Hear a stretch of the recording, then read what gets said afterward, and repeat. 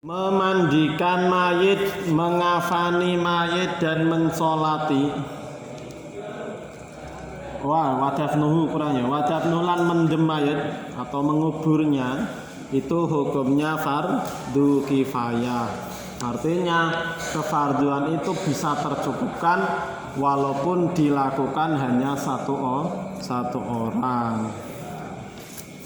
Kalau fardu ain itu tidak bisa tercukupi dengan sebagian orang yang melakukan, tapi harus setiap orang melakukannya. Tapi kalau fardu kifayah sebagian saja sudah bisa mencukupi untuk menggugurkan kewajiban. Idza kana dalam nalikane ana sapa mayit, idza kana ing dalem nalikane ana sapa mayit iku musliman wong Islam. Wulida kang dilahirake sapa mayit hayan hale urip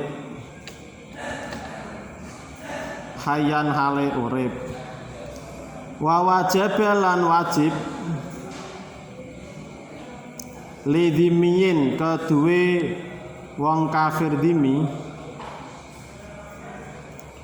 keduwe wong kang kafir dhimi apa takfinun ngafani wadafnun lan mendem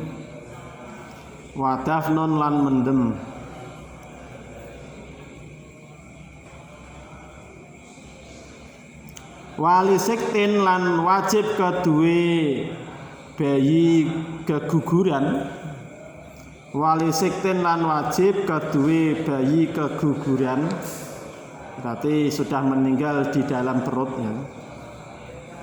Mayitin kang mati apa huslun ngedusi wakafnun lan ngafani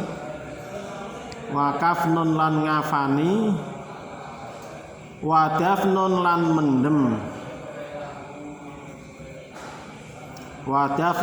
mendem wala yusalla lan ora disolati sapa alaihima kafir dhimmi lan bayi keguguran, sapa alaihima kafir dhimmi lan bayi keguguran.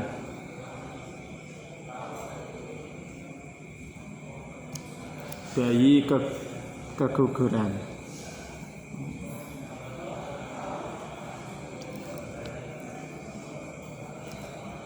Kewajiban atau fardu kifayah yang dibebankan kepada orang Islam ketika ada orang Islam yang meninggal itu tadi ada 4, yaitu mulai memandikan, mengkafani, mensolati dan menguburnya.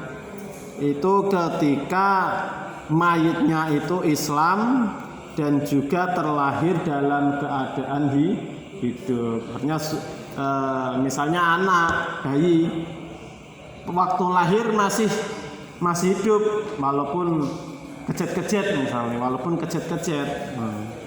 baru setelah itu meninggal, sudah di dunia baru meninggal, itu hukumnya seperti seperti orang dewasa, artinya tetap dimandikan, dikafani, disolati dan dikubur kalau terlahir dalam keadaan hidup. Terus kalau orang kafir dhimmi itu orang yang non muslim yang punya perjanjian dengan orang Islam, artinya dalam pemerintahan Islam yang hidup rukun, wajib mengkafani dan menguburnya, dibuntel terus dikubur biar tidak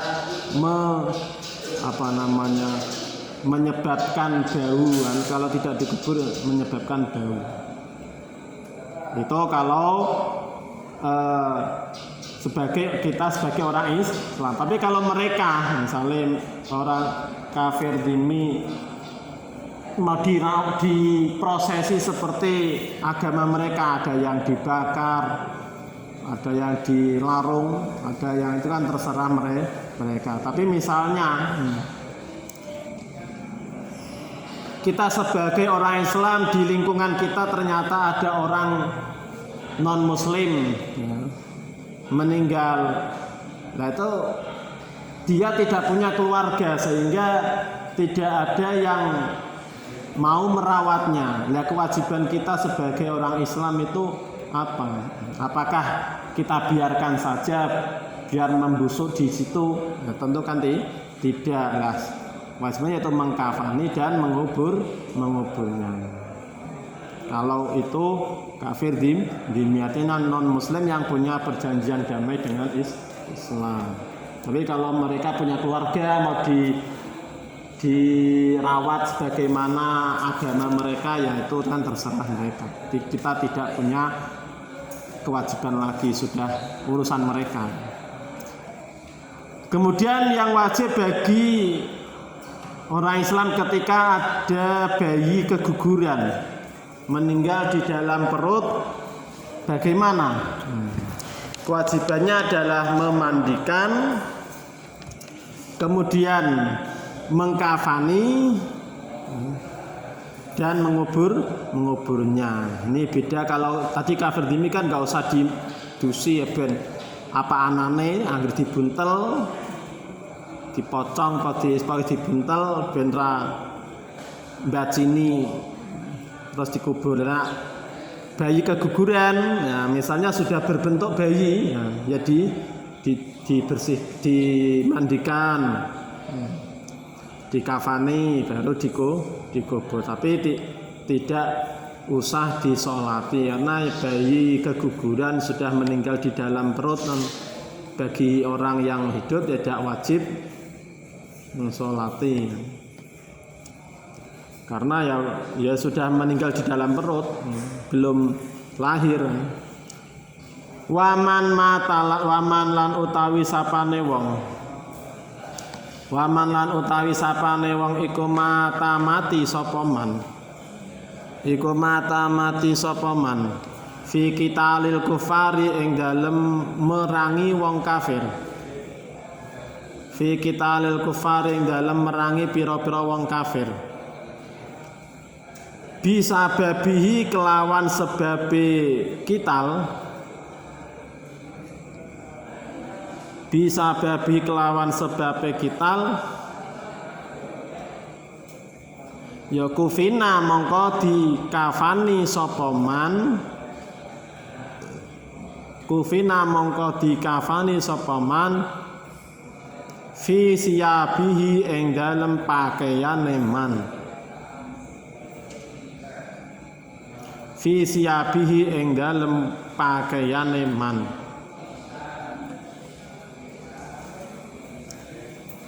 Fa illam takfihi mongko lamun ora nutupi apa siap, fa illam takfihi mongko lamun ora nyukupi apa siabuhu ing man,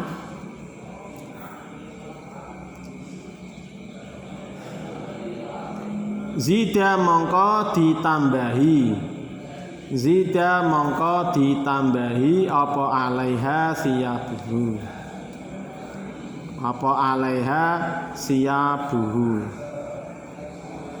wadufina lan dipendem, wadufina lan dipendem sapa man, wala yusalu lan ora didusi sapa man, lan ora didusi sapa man, wala yusalla lan ora disolati, lan ora disolati sapa alaihi man, sapa alaihi man.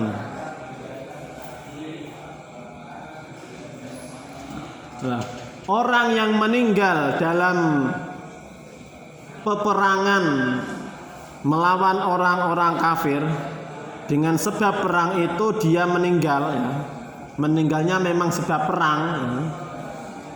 Maka ya dia dikafani dengan pakaian yang sedang dia pakai, apapun itu, walaupun itu bentuknya celana ataupun rompi misalnya, dengan pakaiannya itu walaupun berlumuran darah, walaupun pakaiannya kotor berlumuran darah, tetap dikafani dengan pakaiannya itu. Kalau tidak cukup, misalnya yang dia perang hanya pakaiannya hanya pakai celana, ya karena perang mungkin sudah disobek-sobek oleh musuh, bajunya sudah dirobek-robek oleh musuh, bahkan sudah misalnya sudah ditelanjangi misalnya. Ya maka ya ditambahi agar auratnya itu tertutup. Sampai minimal auratnya tertutup, kemudian dikuburkan, hanya dikafani dan dikuburkan, dan tidak usah disolati, tidak usah dimandikan, tidak usah disolati, walaupun badannya itu kotor, berlumuran darah, kotor dengan debu, tanah atau apapun saja, tidak usah dimandikan, karena itu mati syahid. Apapun yang melekat pada tubuhnya, pada pakaiannya, di saat dia perang melawan orang kafir, itu akan menjadi saksi nanti di akhirat, yang dia bersaksi bahwa orang tersebut telah berjuang untuk menegakkan agama Allah sampai meninggal dunia atau mati syahid. Dia orang mati syahid hanya dikafani dan dikuburkan saja, tidak usah dimandikan dan disolati. Wa aqallul husli,